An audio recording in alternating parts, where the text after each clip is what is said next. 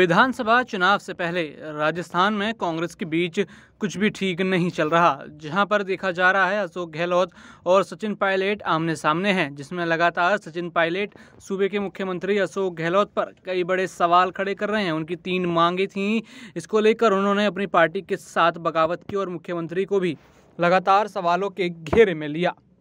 लेकिन देखा जा रहा है कि अशोक गहलोत पूरी मजबूती से बने हुए हैं और अपनी सीट छोड़ने का नाम नहीं ले रहे। कांग्रेस आलाकमान कोशिश कर रही है कि दोनों नेताओं के बीच सुलह हो, मगर वह अभी तक होती हुई दिखाई नहीं दे रही। इस बीच आपको बता दें, सूबे के मुख्यमंत्री अशोक गहलोत के जीवन के बारे में कई बड़ी बातें सामने आई है। राजनीति में आने से पहले अशोक गहलोत ने क्या संघर्ष किया और कैसे राजस्थान की राजनीति में चर्चित चेहरा बने। सामान्य परिवार में जन्म लेने के बावजूद अपने पिताजी के साथ पूरे देश भर में घूम घूम कर जादू दिखाना तथा अपनी बाइक बेचकर चुनाव लड़कर राजनीति में आने वाले अशोक गहलोत राजस्थान के वर्तमान मुख्यमंत्री हैं। अशोक गहलोत ने राजस्थान में 3 बार अपनी सरकार बनाई। अशोक गहलोत ने कई विकास के काम करवाए, जिसमें फ्री दवा वितरण योजना 2008 की चर्चा पूरे देश विदेश में भी हुई। युवाओं के लिए भर्तियां करवाई। इसके साथ ही साथ विकास के नए आयाम स्थापित उनकी सरकार में किए गए। अशोक गहलोत ने अपने सियासी सफर को अपनी पढ़ाई के साथ ही शुरू कर दिया था। राज्य में तथा केंद्र में कई बड़े बड़े मंत्री पदों पर भी बने रहे तथा साथ राजनीति के जादूगर कहे जाने वाले अशोक गहलोत ने चुनाव जीता तथा अपने विरोधियों को हार का सामना भी करवाया। अशोक गहलोत का जन्म राजस्थान के जोधपुर शहर में 3 मई 1951 को हुआ। उनके पिताजी का नाम लक्ष्मण सिंह गहलोत था, जो कि एक बहुत बड़े जादूगर हुआ करते थे, जो भारत में घूम घूम कर जादू दिखाने का काम करते थे। अशोक गहलोत भी उनके साथ जाते थे और कई बड़े बड़े मंचों पर जादू दिखाने का काम करते थे।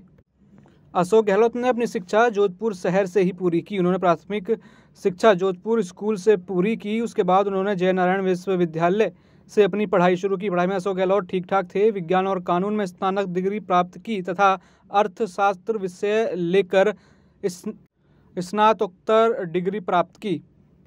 बता दें, 1971 के युद्ध के दौरान लाखों शरणार्थी भारत आ गए थे। मशहूर डॉक्टर सुब्बाराव कई शहरों में सेवा का काम करने में लगे हुए थे। ये अशोक गहलोत भी वहां पर पहुंच गए। एक बार अशोक गहलोत काम में जुटे हुए थे, तभी प्रधानमंत्री इंदिरा गांधी का दौरा हुआ और उन्होंने अशोक गहलोत को देखा। इंदिरा गांधी को अशोक गहलोत काफ़ी मेहनती लगे, तो उन्होंने कहा कि आप कांग्रेस ज्वाइन कर लो। लेकिन अभी चुनाव लड़ने में 5 साल का वक्त पड़ा था, क्योंकि अशोक गहलोत की उम्र 20 साल की थी। इसके बाद अशोक गहलोत वर्धा चले गए और वहाँ पर गांधी आश्रम में रहे। जब अशोक गहलोत वापस आए तो पूरी तरह से गांधीवादी हो चुके थे। इन्होंने गांधी जी के सारे नियमों का पालन करना शुरू कर दिया। सूरज डूबने से पहले खाना खाना, गांधी जी जैसे कपड़े पहनना शुरू कर दिया था। 1972 में अशोक गहलोत ने BSc की पढ़ाई की थी। रोजगार नहीं मिला तो घर वालों ने जोधपुर से 50 किलोमीटर दूर पीपाड़ शहर में खाद और बीज की दुकान खुलवा दी, लेकिन धंधा नहीं चला तो घर वापस लौट आए। आगे की पढ़ाई के लिए इन्होंने अर्थशास्त्र में दाखिला लिया और कांग्रेस के छात्र संगठन से भी जुड़ गए। पहली बार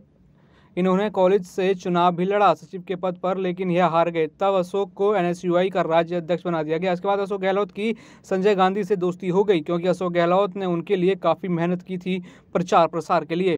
विधानसभा चुनाव के लिए अशोक गहलोत ने संजय से जोधपुर के सरदारपुरा का टिकट ले लिया। इस समय अशोक की उम्र मात्र 26 साल की थी। पूंजी के नाम पर इनके पास सिर्फ एक मोटरसाइकिल थी। इन्होंने मोटरसाइकिल मात्र 4000 में बेच दी और चुनाव लड़ा।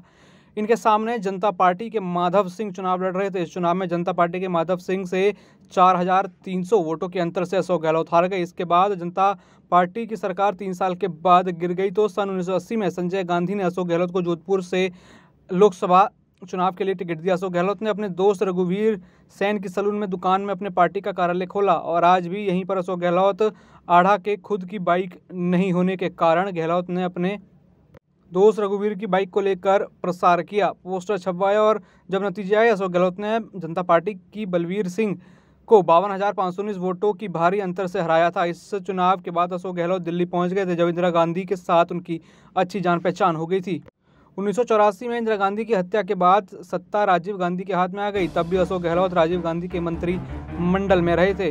अंत में 1998 में अशोक गहलोत राजस्थान के मुख्यमंत्री बने और 5 साल अपनी सरकार को चलाया।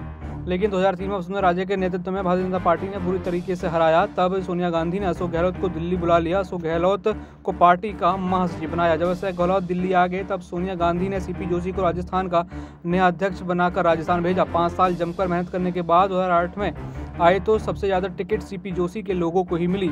तब अशोक गहलोत को लगा मुख्यमंत्री बनना आसान नहीं, लेकिन उदयपुर नाथ द्वारा सीट से सीपी जोशी विधायकी का चुनाव मात्र 1 वोट से हार गए। इधर कांग्रेस पार्टी भी 200 सीट जीतने का ख्वाब देखने वाली मात्र 96 सीटों पर ही आकर अटक गई। तब बसपा के 6 विधायक जीतकर अशोक गहलोत के पास आ गए। अशोक गहलोत ने उन विधायकों को कांग्रेस में मिला लिया और अपनी सरकार को बना लिया। सीपी जोशी को यूपीए सरकार में मंत्री बनाकर पद दे दिया। इस समय अशोक गहलोत ने पूरे राज्य में फ्री दवा वितरण योजना लागू किया। कई बड़ी भर्तियां की जिनकी चर्चा देश विदेश में हुई, लेकिन उसके बाद 2023 विधानसभा चुनाव में मोदी की आंधी के आगे अशोक गहलोत अपना चुनाव हार गए। राजस्थान में कांग्रेस की सबसे बुरी हार हुई थी, क्योंकि 200 से मात्र 21 सीटों पर कांग्रेस अपनी जीत बना पाई थी। इसके बाद अशोक गहलोत फिर दिल्ली चले गए और सचिन पायलट को राज्य का नया संगठन मुखिया बनाकर भेजा गया। इस बार कांग्रेस को 99 सीट पर जीत हासिल हुई और एक बार फिर राज्य के मुख्यमंत्री के तौर पर अशोक गहलोत ने बाजी मार ली। राजस्थान में कांग्रेस की जीत का कारण यही था कि राज्य में जनता वसुंधरा राजे को नहीं चाहती थी, क्योंकि उसने राज्य ने 4 सालों में कई खास जनता और नेताओं के साथ बातचीत की थी। चुनाव से ठीक पहले राजस्थान एक नारा बहुत तेजी से फैला हुआ था, पीएम से वैर नहीं, वसुंधरा तेरी खैर नहीं, और हुआ भी वही। यहीं राजस्थान में वसुंधरा राजे चुनाव हार गए। और अगर बात संपत्ति की जाए तो राजस्थान के मुख्यमंत्री अशोक गहलोत देश के 19वें करोड़पति मुख्यमंत्री है। सीएम गहलोत की कुल संपत्ति 6.63 करोड़ की है। उनकी कमाई का सबसे बड़ा स्रोत उनका वेतन है, जो प्रदेश के तीसरी बार मुख्यमंत्री हैं, जबकि उनकी खुद की आय 18,56,882 रुपये है। देखा जाए तो हर जगह यहाँ पर अशोक गहलोत एक सफल नेता के रूप में देखे जाते हैं और जब भी उन्हें चुनावों में हार मिली है तो उन्होंने वापसी की है और चुनाव बड़ी शानदार तरीके से जीता है। और इस बार भी देखा जा रहा है कि यहाँ पे सचिन पायलट और अशोक गहलोत के बीच जंग छिड़ती हुई नजर आ रही है, जहां पूरा कंपटीशन यहाँ पर देखा जाए तो अशोक गहलोत को सचिन पायलट देते हुए नजर आ रहे हैं। इस बीच जो है सचिन पायलट ने अपनी 3 बड़ी रैलियां भी की, जिसमें उन्होंने कांग्रेस आलाकमान को दिखाया कि अब सचिन पायलट जो है एक पक्के नेता बन चुके हैं और वो जनता को ला सकते हैं। और लगातार कांग्रेस भी उसी के पास गई है जो जनता को ला सकता है। और यहाँ देखा जा सकता है कि कांग्रेस आलाकमान बड़ा फैसला यहाँ पर जो है सचिन पायलट की किस्मत पर ले सकता है। लेकिन इस तरफ बीजेपी घात लगाए बैठी है, या तो सचिन पायलट कांग्रेस से अलग हों या फिर वो बीजेपी में। अगर ऐसा होता है तो सचिन पायलट के ना होने के कारण कांग्रेस को बड़ा नुकसान यहाँ पर झेलना पड़ सकता है, क्योंकि बीते कुछ सालों में सचिन पायलट ने अपना वर्चस्व राजस्थान की कई सीटों पर बहुत ज़्यादा बढ़ा लिया है, जिसको बीजेपी बखूबी जानती है। और बीजेपी लगातार कोशिश कर रही है अपनी बयानबाजी से कि सचिन पायलट को कांग्रेस पार्टी से तोड़ा जाए, क्योंकि अगर इस बार भी बीजेपी का पत्ता राजस्थान में नहीं चलता है तो मुश्किल खड़ी हो जाएगी कि फिर दोबारा राजस्थान में जो है बीजेपी अपनी सरकार बना पाए, क्योंकि अशोक गहलोत का ट्रैक रिकॉर्ड वहां पर काफ़ी ज़्यादा अच्छा देखा गया है और लगातार वो प्रयास इसी में रहते हैं कि बीजेपी का कोई भी नेता जो है राज्य में अपना नाम बड़ा ना कर सके। और लगातार अशोक गहलोत बीजेपी के नेताओं पर वार करते रहते हैं, लेकिन अब देखा जा रहा है कि रार उनके पार्टी के सदस्य के साथ ही है, जिसको जल्द ही कांग्रेस आलाकमान सुलझाने की कोशिश करेगी।